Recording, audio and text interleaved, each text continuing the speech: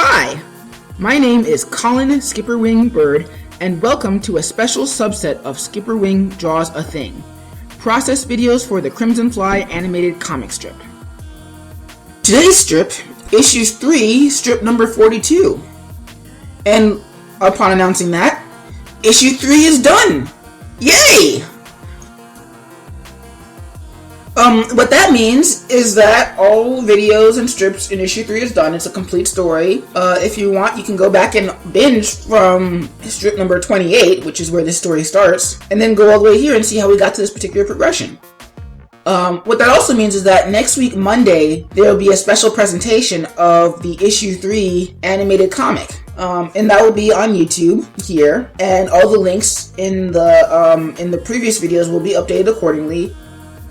If you've been following my annotations, you'll notice that whenever there's an issue annotation, it'll say coming soon. Well, that's going to be filled in, because you can just go straight to the animation and watch it.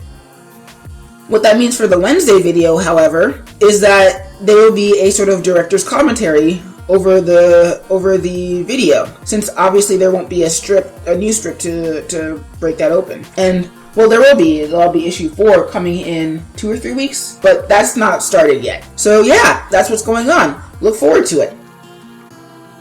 More immediately in the present is strip number 42. Strip number 42, I'm particularly proud of because it involves something I'm not particularly good at. Slow animation and subtle animation. Initially, the issue 3 was going to end the same sort of way that issues 1 and 2 did. There's been a sort of weird sort of running gag in the first few strips that both of the last strips have no animation at the end of them, and they all end on a rooftop with a Crimson Fly kind of reflecting on how bad the issue went. And so while it would have been easier and to just simply let it not be animated and sort of buck the trend, rather follow the trend and just chalk it up to being a trend, I decided that it was better to try to do the full animation, because I want the reader, you, to be sort of more privy to the Crimson Fly's thought process. And conveying thought through visual action is hard. It's easy to do action animation. It's usually a series of reactions. If a person is running, they have to catch themselves before they fall. That's what running is. It's perpetual falling. In a fight sequence, the characters are reacting to each other. If somebody throws a punch, you have to block, you have to throw, or you have to counterattack.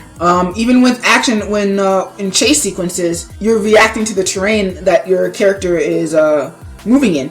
Sure, you dictate what that terrain is ultimately going to look like, but you're reacting. With slow, subtle animation, the motion still has to flow. You still have to hit all your arcs, you still have to hit all your motion paths. It still has to be consistent in its timing and easing out. And it's slower. It has to be more consistent. And I think I'm good enough to hit that sort of consistency, but even I know that sometimes my consistency is basically just the general shapes of it, not the details, which I was helped out here by my design choice to put everything in silhouette. But yeah, it's hard. And there were a few cheats, like as you can see, in doing the upper body as a puppet during the walks. But yeah, not as easy as I would like to believe it is. And speaking of cheats, a lot of the posing wasn't as simple as I would have liked either.